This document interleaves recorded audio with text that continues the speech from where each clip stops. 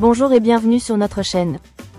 Aujourd'hui, nous abordons un sujet incontournable dans le monde des affaires internationales, l'optimisation fiscale. Pour illustrer nos propos, nous allons nous pencher sur un exemple emblématique, IKEA. IKEA, fondé en Suède en 1943, est aujourd'hui l'un des plus grands distributeurs de meubles au monde, présent dans plus de 60 pays. Son succès repose sur des prix attractifs, une logistique efficace et une marque forte.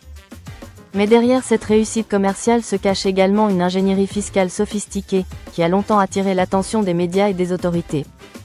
La clé de cette stratégie réside dans la marque et la propriété intellectuelle. L'un des éléments les plus précieux d'IKEA n'est pas seulement son mobilier en kit, mais bien sa marque. Le droit d'utiliser le nom, le concept et le logo IKEA est central dans sa stratégie fiscale. Voici comment cela fonctionne.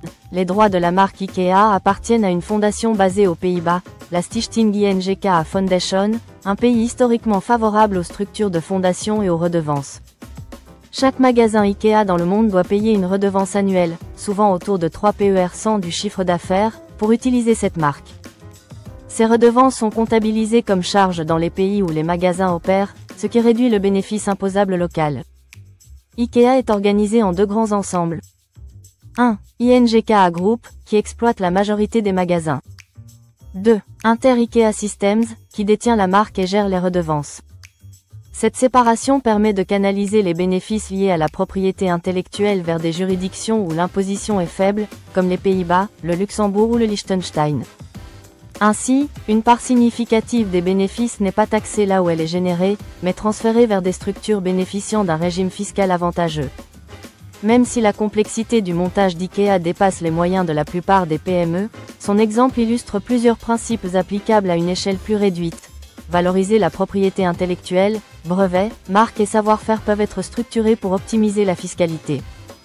Choisir le bon pays d'implantation. Chaque juridiction offre ses propres avantages, qu'il s'agisse de taux d'imposition, de conventions fiscales ou du traitement des redevances. Séparer les activités. Distinguer exploitation commerciale, détention d'actifs et gestion de propriété intellectuelle offre une meilleure flexibilité fiscale. Anticiper la transparence, les autorités fiscales renforcent leur contrôle. Toute structure doit rester conforme aux règles et justifiable économiquement. En conclusion, le cas IKEA illustre parfaitement comment une multinationale peut tirer parti de la fiscalité internationale pour améliorer sa compétitivité. Pour les entrepreneurs et investisseurs, il s'agit d'en comprendre les principes afin d'appliquer, à leur échelle, une planification fiscale intelligente, durable et légale. Pour plus d'informations et de conseils sur la fiscalité internationale et la structuration d'entreprises, n'hésitez pas à consulter notre site ou à nous suivre sur nos réseaux sociaux.